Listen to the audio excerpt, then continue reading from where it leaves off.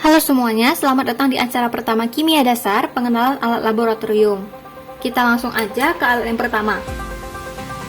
Jadi yang pertama itu ada tabung reaksi, fungsinya untuk mereaksikan larutan dalam jumlah yang sedikit.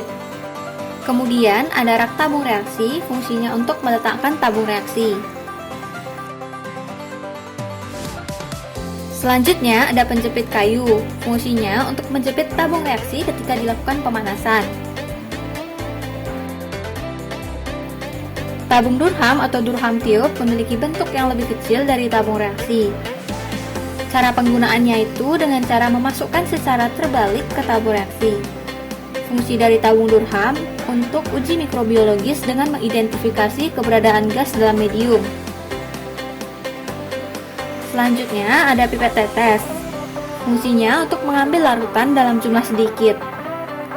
Cara penggunaannya itu dengan cara karetnya ditekan, dimasukkan ke larutan, kemudian karetnya dilepaskan. Sedangkan cara menuangkannya itu dengan cara karetnya ditekan sedikit demi sedikit.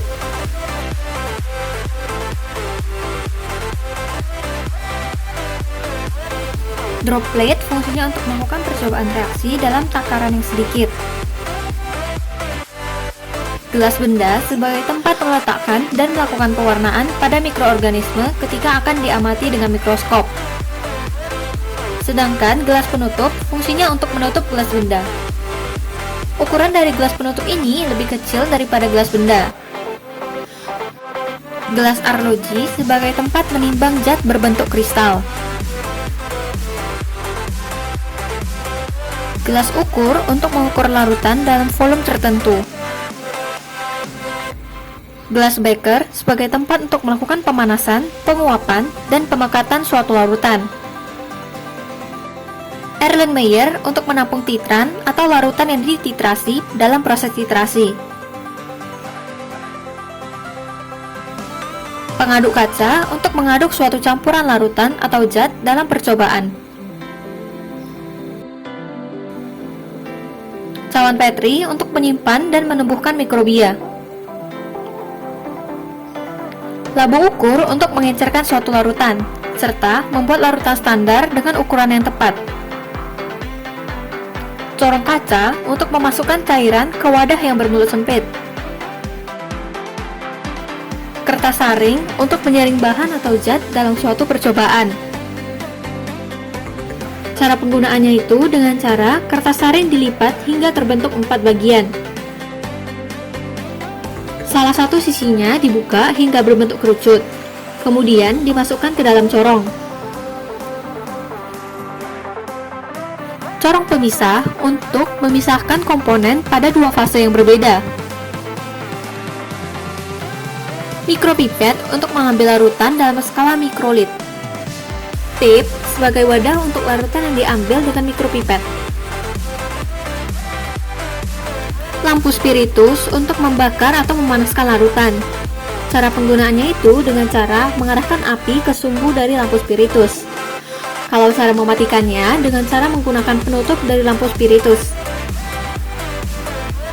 Jarum Enten untuk uji mikrobiologis dengan metode step atau tusuk.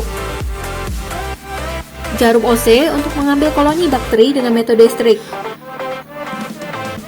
Drygalski untuk meratakan biakan cair dengan metode spread. Selanjutnya ada lumpangan alu. Fungsinya itu untuk menghancurkan bahan berbentuk padat saat percobaan.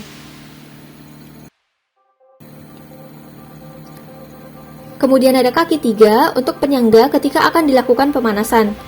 Sedangkan kasa asbes sebagai alas dari pemanasan.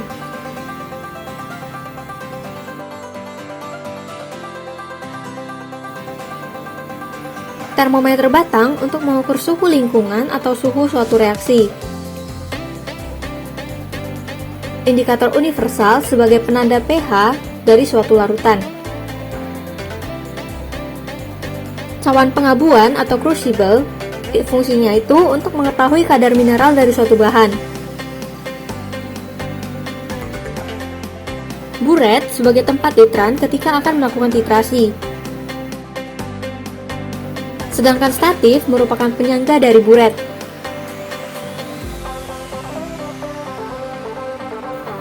pipet ukur untuk mengambil larutan dalam jumlah tertentu, sedangkan propipet untuk membantu mengambil larutan.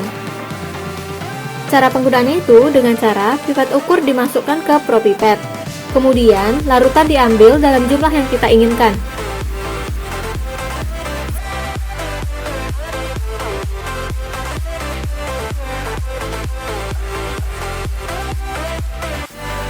Vortex untuk menghomogenkan larutan.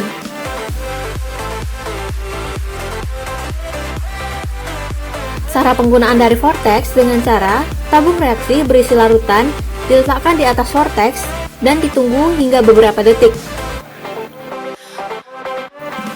Sekian acara 1 pada hari ini. Terima kasih.